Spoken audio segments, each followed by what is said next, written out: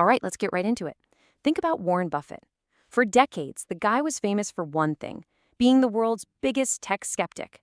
And yet, he ended up making two of his most massive bets ever on a rusty old railroad and the biggest tech company on the planet. This is the story of how those two wildly different investments are, believe it or not, secretly the exact same thing. I mean, it sounds like the beginning of a bad joke, right? One is this sprawling, continent-crossing network of steel and muscle. The other is a super sleek little device that fits right in your pocket. So what in the world could possibly link them together in the mind of one of the greatest investors of all time? So on one side, you've got BNSF Railway, an old-school industrial titan he bought back in 2009. All of its value is tied up in physical tracks. And on the other side, Apple, the poster child of the new economy, an investment that started in 2016. Its value is all about its digital ecosystem. They look like they're from different planets, but they're not. Let's start with the train. First up, the BNSF Railway. Now, this was classic Buffett. This was his bread and butter, making a move that, when you look back, seems totally obvious. But at the time, it was a really bold call. Let's just paint the picture for a second. It's late 2009. The world is just completely reeling from the 2008 financial crisis. The actual economy has cratered, fear is absolutely everywhere, and most investors are just running for cover. And what's Buffett doing? He's announcing the biggest purchase his company has ever made. And this was no small deal. We're talking about a massive, all-in bet on the physical arteries of the entire American economy. See, he wasn't just buying a company. He was buying a piece of national infrastructure that you just can't replace. And the logic behind it was just beautiful in its simplicity. And there it is. That quote gets to the absolute core of the whole thing. It's a permanent bet. Buffett basically said, look, I don't care what happens with technology or politics or anything else. As long as America is a functioning country, it's going to need to move stuff, grain, coal, cars, you name it, from A to B. BNSF was basically a toll road on the whole economy. So, the railroad. It makes perfect sense. It's easy to understand. But now let's pivot to the bet that made everyone's head spin. The bet not on the nation's arteries, but on that little device sitting in your pocket right now. For years, this was his mantra. He famously, and I mean famously, avoided tech stocks. His argument was simple. I don't get them, and I can't predict who's going to be on top in 10 years. So you can imagine the shockwaves when Berkshire started pouring billions and then tens of billions of dollars into Apple stock in 2016. Had he finally lost it? No, he just had a game-changing insight. He completely reframed the product. See, he stopped looking at the iPhone as a technology product, something that could be easily replaced by the next cool gadget.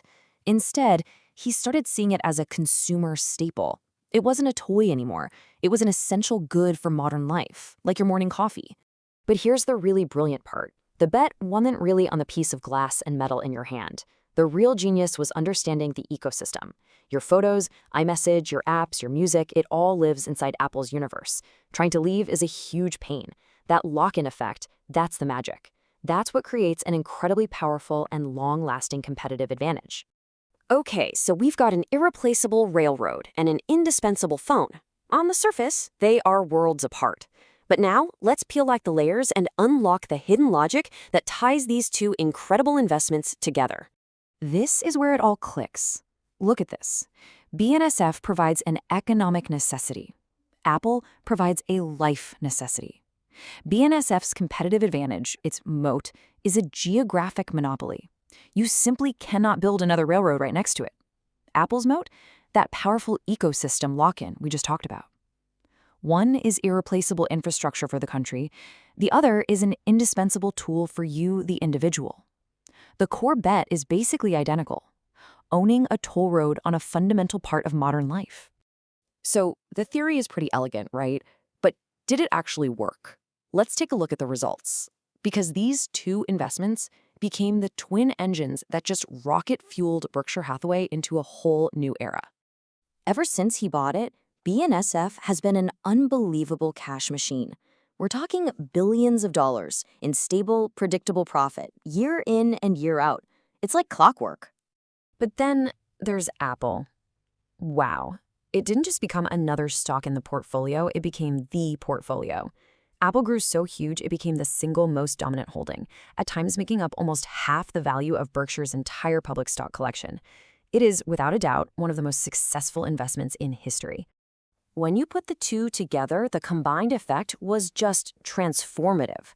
These two bets completely shifted Berkshire's center of gravity. They took it from its old roots in insurance and finance and turned it into a true industrial and consumer powerhouse, with one foot planted firmly in the old economy and the other in the new.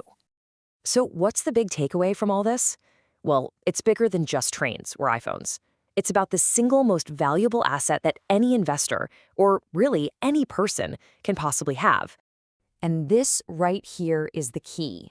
Buffett, an absolute giant in his field, was willing to break a rule he had lived by for more than 50 years.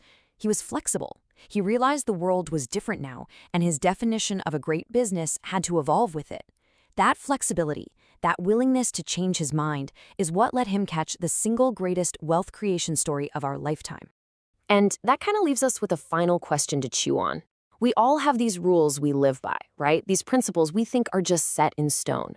But what if one of them, just like Buffett's no-tech rule, is the very thing that's blinding you to your next huge opportunity? What unbreakable rule in your own life might actually be worth breaking?